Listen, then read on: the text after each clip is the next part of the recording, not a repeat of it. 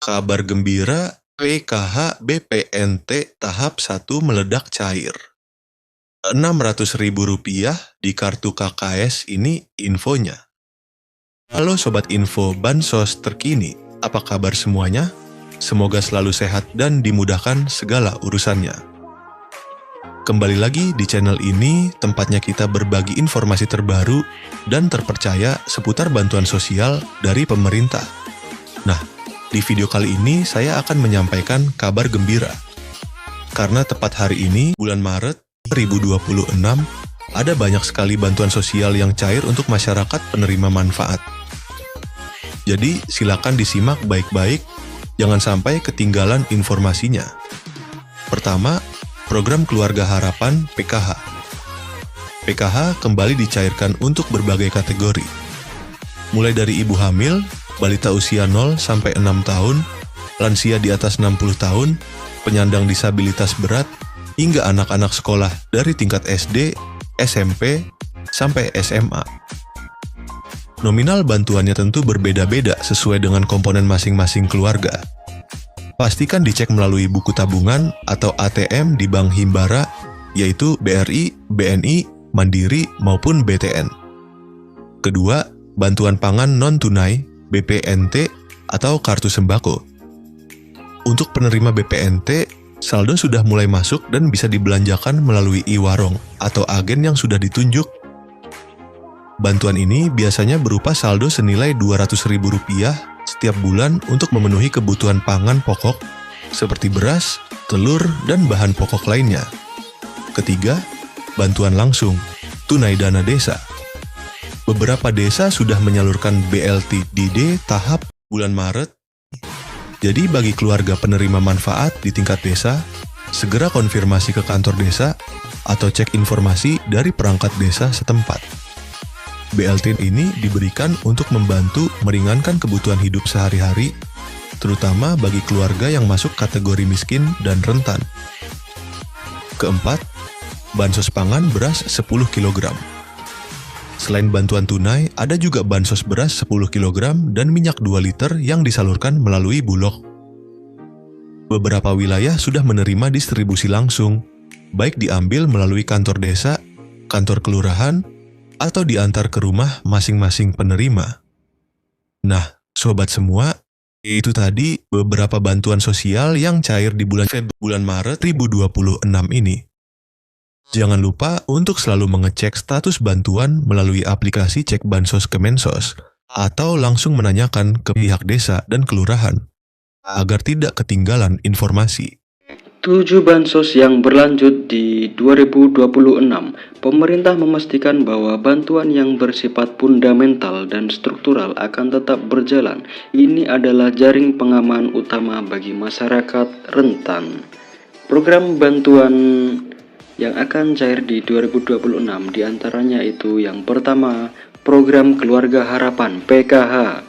Sebagai primadona bansos, PKH tetap kokoh berdiri. Bantuan ini menyasar komponen vital keluarga, ibu hamil, balita, anak sekolah SD sampai SMA, lansia, dan penyandang disabilitas berat. Mekanisme penyalurannya diprediksi tidak berubah, yakni cair bertahap 4 kali setahun. Yang kedua yaitu BPNT atau sembako, atau yang bisa disebut bantuan pangan non-tunai. Kebutuhan pangan tetap menjadi prioritas nomor 1. Meski ada wacana transformasi ke direct cash, transfer uang digital untuk efisiensi program ini dipastikan aman, yaitu dalam artian program BPNT masih terus berlanjut di 2026. Yang ketiga yaitu bantuan PIP, program Indonesia Pintar. Komitmen mencerdaskan bangsa tidak surut. Anak-anak dari keluarga prasejahtera tetap dijamin akses pendidikannya melalui bantuan tunai PIP. Jadi PIP di 2026 akan tetap berlanjut. Yang keempat yaitu PBI JKN atau Kartu Indonesia Sehat gratis dari pemerintah. Kesehatan adalah hak dasar. Subsidi iuran BPJS Kesehatan bagi 40% penduduk termiskin tetap ditanggung penuh oleh negara. Bantuan beras 10 kg.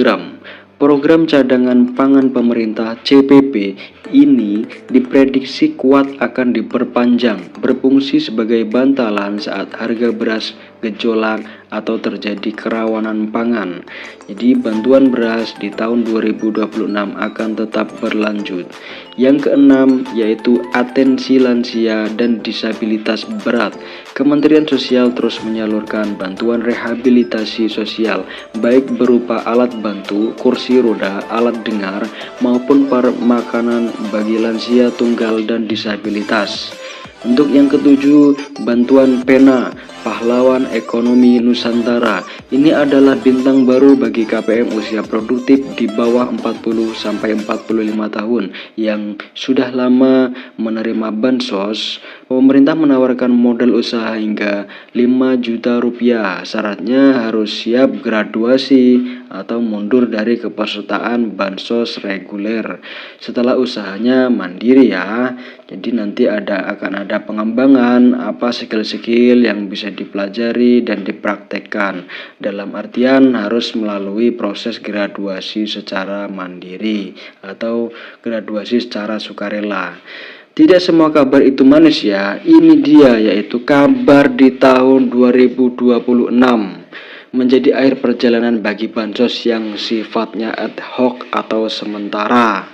Nah, selanjutnya bansos yang kemungkinan di tahun 2026 tidak akan cair lagi yaitu BLT Kesejahteraan Rakyat atau BLT Kesra, BLT mitigasi bantuan tunai tambahan yang sering cair di momen tertentu seperti saat inflasi tinggi atau El Nino dikabarkan berhenti total per 31 Desember 2025. Sifatnya yang fleksibel dan temporer membuat program ini tidak masuk dalam anggaran rutin jangka panjang 2026. Bantuan subsidi BSU, program yang sempat hits saat pandemi ini juga diprediksi tidak akan muncul kembali seiring dengan pulihnya kondisi ekonomi pasca krisis.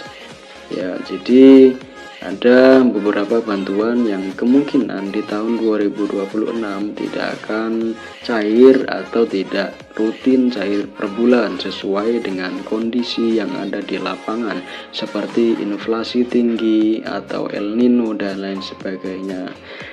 Ya, lalu isu yang sangat hangat di tahun 2026 yaitu era baru bansos digital dan seleksi alam KPM. Isu paling strategis di tahun 2026 adalah digitalisasi dan validasi ketat. Pemerintah melalui bocoran dari Menko Luhut Binsar Panjaitan merencanakan peluncuran sistem bansos digital berbasis artificial intelligence atau AI.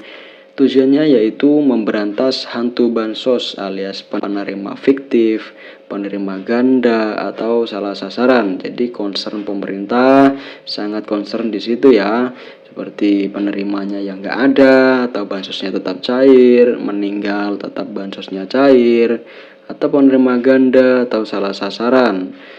Itu pasti menjadi concern agar efisiensi menggunakan artificial intelligence. Apa konsekuensinya bagi KPM jadi KPM yang terdeteksi sudah mampu secara ekonomi, memiliki aset, gaji UMR atau di atas UMR dan lain sebagainya, yang intinya mampu akan langsung dinonaktifkan dari DTKS, data terpadu kesejahteraan sosial.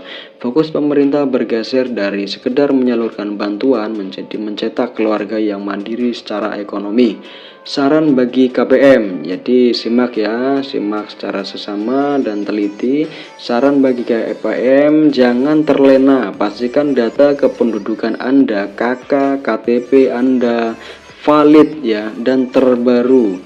Jadi ketika ada perubahan apapun itu disampaikan ke Dispenduk, datanya itu harus yang valid dan terbaru.